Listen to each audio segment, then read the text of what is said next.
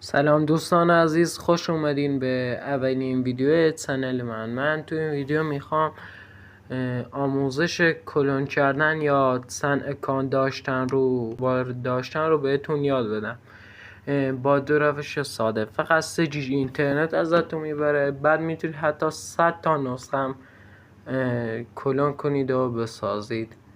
میتونید همزمان 2 یا 3 تا اکانت رو موبایلتون داشته باشین. فقط نیاز به این دوتا برنامه داریم، موزی کلونر و ایفود فیکس. فعلا ما با ایفود فیکس کار نداریم. موزی کلونر رو میتونید شما از توی فروشگاه پلی یا گوگل از سرچ کروم دانلود کنید. من میخواستم این آموزش رو زودتر بذارم ولی به دلیل شرایط نشد. این آموزش هم برای اونه که خیلی ها هستن که برای گرفتن 50 تا کوین و اینا میرن کلی هزینه میکنن، ولی من اومدم رایگان دارم یاد میدم. این بالا روی این 3 تا خط میزنیم، گزینه اولی نه دومی رو اون کلیک میکنیم.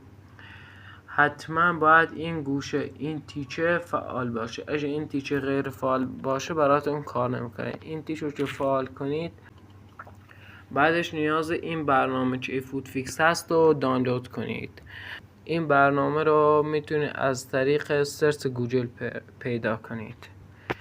حالا باید بریم تو گوگل کروم، اینجا ایفود فیکس رو سرچ بکنیم. وقتی که اومد بالا گزینه اولی رو میزنیم. اینجا این فایل رو باید دانلود کنیم، 2 جیگ و 250 مگابایت.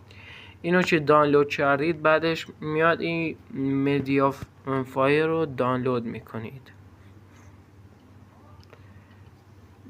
وقتی بزنید رو مدیا فایر، اینجا 2 تا فایل 2 مگابایتی باید دانلود کنید. یکی ایفود فیکس 304 بالایش هم 303 رو هم باید دانلود کنید.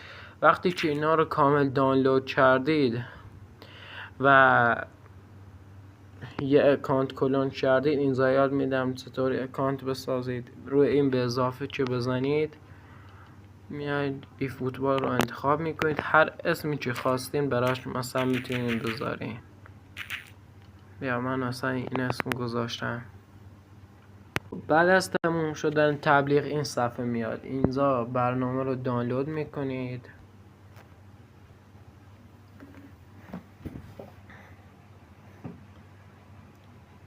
خب وقتی دانلود شد از این صفحه خارج میشید، وارد برنامه ایفود فیکس میشید.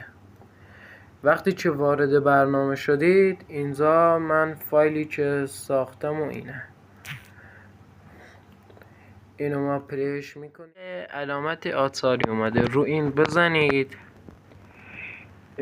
چوز فایل رو بزنید. وقتی که زدید اینجا این همون فایل 2 جیگیش دانلود کردید اینجاست، روش کلیک کنید. این گزینه ها مهم نیست، نمیخواد بزنید روشون، باید صبر کنید تا این 100% بشه.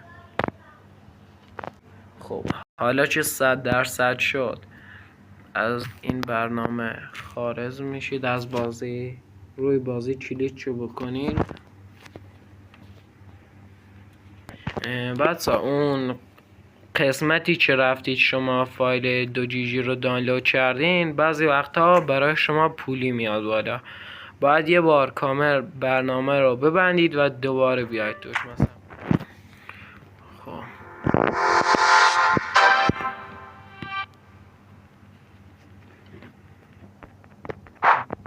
میبینین چه راحت اکانت ما ساخته شد. دیگه نیازی نیست چند بار اون فایل رو دانلود کنید. ما اینا رو انجام میدیم. خب همونطور که میدین لایو آپدیت دیتا آمده که من نیازش ندارم دانلودش کنم. خب دوستان، امیدوارم از ویدیو لذت کافی رو برده باشین. در کل خداحافظ تا ویدیوهای دیگه.